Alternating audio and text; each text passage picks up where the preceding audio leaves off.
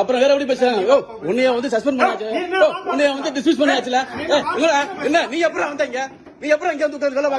கிட்டத்தட்ட 20 நாளைக்கு முன்னாடி கலெக்டர் வந்து இந்த நபரை வந்து டிஸ்மிஸ் பண்ணிட்டாரு. ஆனால் அவர் அங்கே வேலை விட்டு போகாமல் அதே கவர்மெண்ட் ஆஃபீஸில் தினமும் வந்து வேலை பார்த்துட்டு இருக்காரு. அது எப்படி சாத்தியம் எனக்கு தெரியல. இதில் வந்து என்னென்னா அந்த கூட இருக்கவங்க எல்லாருமே பார்த்தீங்கன்னா அந்த நபருக்கு தான் சப்போர்ட் பண்ணுறாங்க.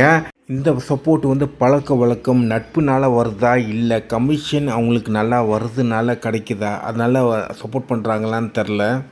நீங்க எப்படி நீங்க வந்து இப்போ இங்கே வந்து அலோவ் பண்ணியிருக்கீங்க? யார் வந்து பர்மிஷன் கொடுத்தா? கலெக்டர் வந்து டிஸ்மிஸ் பண்ணியிருக்காங்க.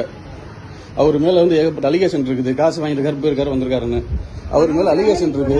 அவர் எப்படி வந்து மேடம் அவங்க கற்றுக் கொடுக்குறதுனா அவர் வேலையை விட்டு போய் 6ஆம் தேதி வந்து போனார். இன்னைக்கு தேதி வந்து 25 ஆச்சு, 20 நாள் ஆயிடுச்சு.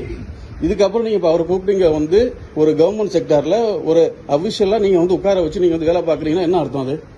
கலெக்டர் அவரை டிஸ்மிஸ் பண்ணியும் அவர் தைரியமாக இந்த ஆஃபீஸுக்கு வராருன்னா அந்த நபருக்கு அந்த வேலையில் இருக்கிற எல்லா விதமான லூப் ஹோல், இந்த இடத்துல எப்படி எப்படிலாம் கொள்ளடிக்கலாம், அது எல்லாமே டீட்டெயில்டாக அவருக்கு எல்லாமே தெரிஞ்சிருக்கு. அந்த ஆஃபீஸில் ஈஸியாக நிறைய பணம் சம்பாதிக்கலாம். அது வந்து பார்த்திங்கன்னா அவருக்கு வந்து மனசு கேட்கல விட்டுட்டு போகிறதுக்கு. அதே சமயத்தில் இந்த ரெக்கார்ட் பண்ணி ஒருத்தர் வந்து பேசினார்ல, அவருடைய பேச்சில் கூட கொஞ்சம் ஒருமையில் கொஞ்சம் மோசமாக இருந்தது. அவருக்கு என்னதான் இருந்தாலும் கொஞ்சம் நாகரிகமாக பேசணும்.